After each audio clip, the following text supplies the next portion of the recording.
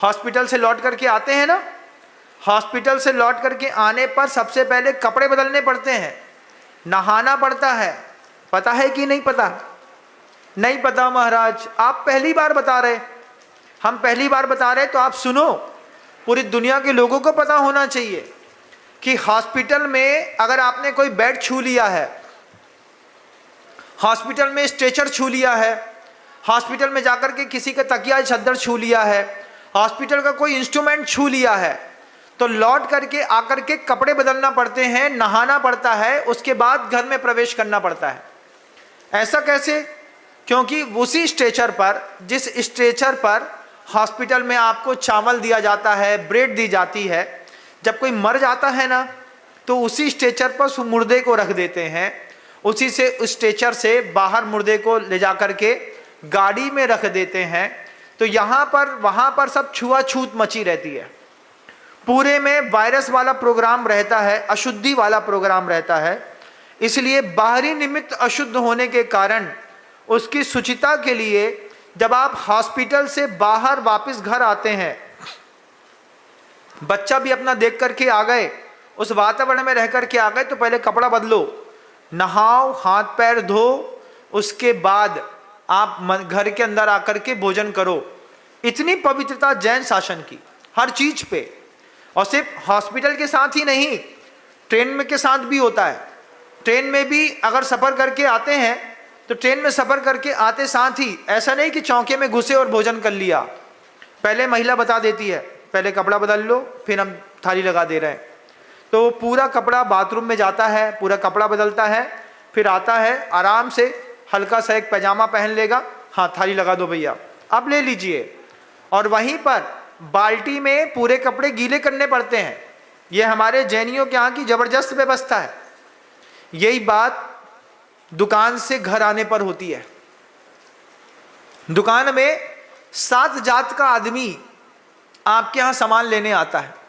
पहले तो जब छोटे थे तब हमने देखा कि मान लो कोई निम्न कार्य करने वाले लोग सामान खरीदने आते थे तो उसको फेंक करके सामान ऐसे ही दे देते थे, पन्नी में बांध करके ऐसा दूर से फेंक दिया, वहीं कि वहीं उसने उठाया और चले गए।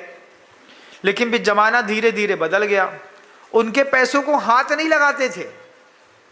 ऐसा भी देखा हमने, अगर मान लो उन्होंने कागज दे दिया है तो उस कागज के नोट पर हाथ नहीं लगाते थे, तो उनसे सिक्का ले लेते थे, वहीं रख दो डोलची में सिक्का रख दिया, बाद में उसी सिक्के को वहीं के वहीं बाहर कर दिया।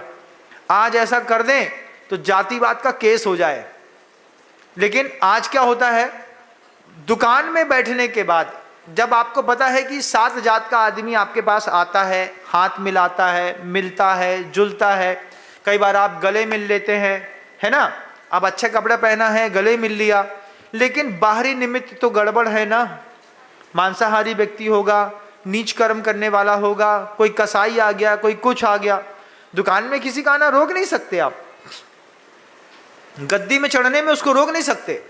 आप देख लीजिएगा, आपके यहाँ जो बिल्कुल निंद कार्य करने वाले लोग हैं, बिल्कुल निंद कार्य करने वाले, अगर वो आपकी दुकान में चढ़ के आ जाएं और आपके यहाँ खड़े होकर बोले सेठ एक मोबाइल दिखाना, अब आपको उसको देख करके क्या लगता है, कैसी फीलिंग आती है?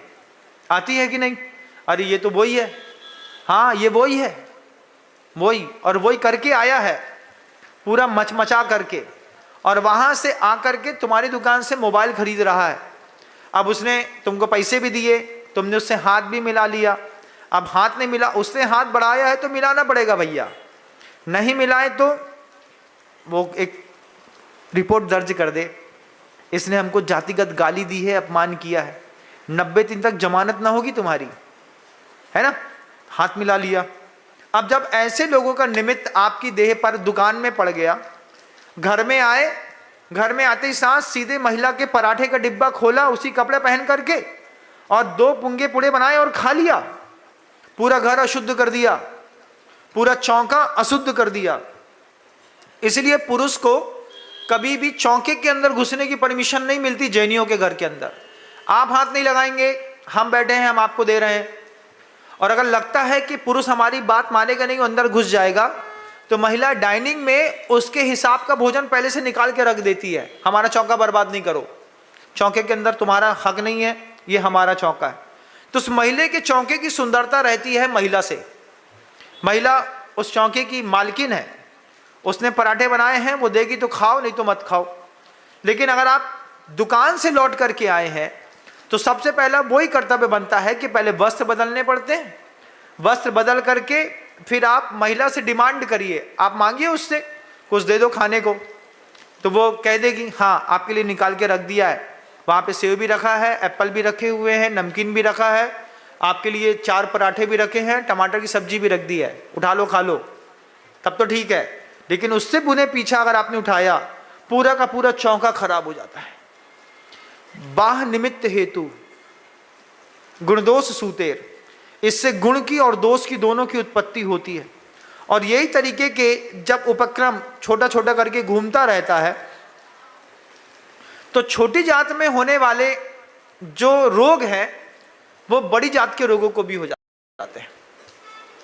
इन सब के बीच में हमारे यहाँ जो विज्ञान था, एक शील्ड बनाने का, यहां से ज्यादा तक ये नहीं आएंगे, इससे ज्यादा ये नहीं आएंगे, इससे ज्यादा ये नहीं आएंगे, आज वो विज्ञान माता पिता ने घर के अंदर बताया नहीं। बच्चे को माता पिता दुकान में घर में बैठ करके बता देते हैं 5th क्लास से, हल्के लोगों के साथ नहीं घूमना।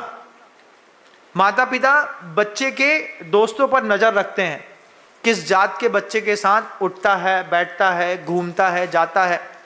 अब जब आदमी टीनेजर्स का होता है, बढ़ रहा होता है ना, तो आप भी बढ़ रहे होंगे कभी ना कभी, मैं भी बढ़ रहा था कभी ना कभी, तो 7 जात के आदमी के साथ मिल लेता है, उठ लेता है, बैठ लेता है, गाड़ी में घूम लेता है, खा लेता है, पी लेता है।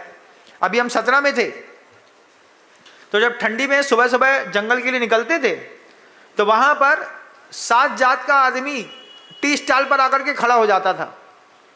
वहीं पर एक टीका चंदनधारी ब्राह्मण आ गया हमारे आते आते, और थार में आया, थार में उतरा, टीका भी लगा था, उसके बाल भी बड़े लंबे चौड़े थे, दूर से दिख रहा था दादा आदमी भी है लेकिन ब्राह्मण भी है। हमने उसको धीरे से अपने साथ बुला लिया, हमने कहा थोड़ा चलो हमारे साथ। वो अचकचा गया, वो बोले कि जैन साधु ब्राह्मण को क्यों बुला रहा है। हमने कहा थोड़ा चलो मेरे साथ। चल करके जी गुरुदेव, जी गुरुदेव, गुरुदेव किया, गुरुदेव किया, पैर पड़ा। हमने उससे कहा आप तो ब्राह्मण हैं। हाँ मैं ब्राह्मण हूं। बोले आप होटल का खाते हैं? तो वो एकदम से अचकचा गया।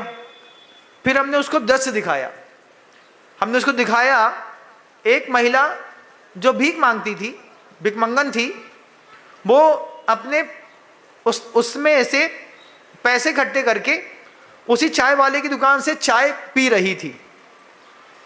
हमने कहा उस महिला को देखो, उस महिला के बगल में बैठे हुए उसके पति को देखो, ये दोनों इसी नाली के ऊपर, घूरे के ऊपर बैठ करके दिन भर पैसा मांगते हैं।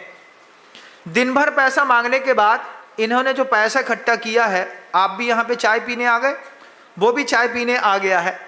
अब वो भिखारी उसी गिलास से चाय पिएगा, उसका मुंह कितना गंदा, उसका लिविंग स्टैंडर्ड कितना गंदा। अब उसी में उसने चाय डाल दी, उसी में करके उसने पी ली। अब उसी गिलास से आप चाय पिएंगे तो क्या दोनों का एक हो गए? आप अपने गोत्र की शुद्धि नहीं समझ रहे, समझिए आप।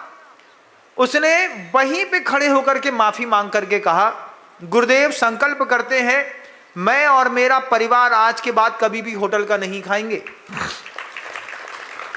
ब्राह्मण सीख गया इस बात को एक जैन संत के उद्बोधन से, उसने मान ली ये बात। महाराज आपने बहुत अच्छी बात कही। दोस्तों अगर आपको मेरी वीडियो अच्छी लगती है तो प्लीज मेरे चैनल को लाइक करें, शेयर करें, सब्सक्राइब करें, इसी तरह से अपना प्यार देते रहें। Thank you.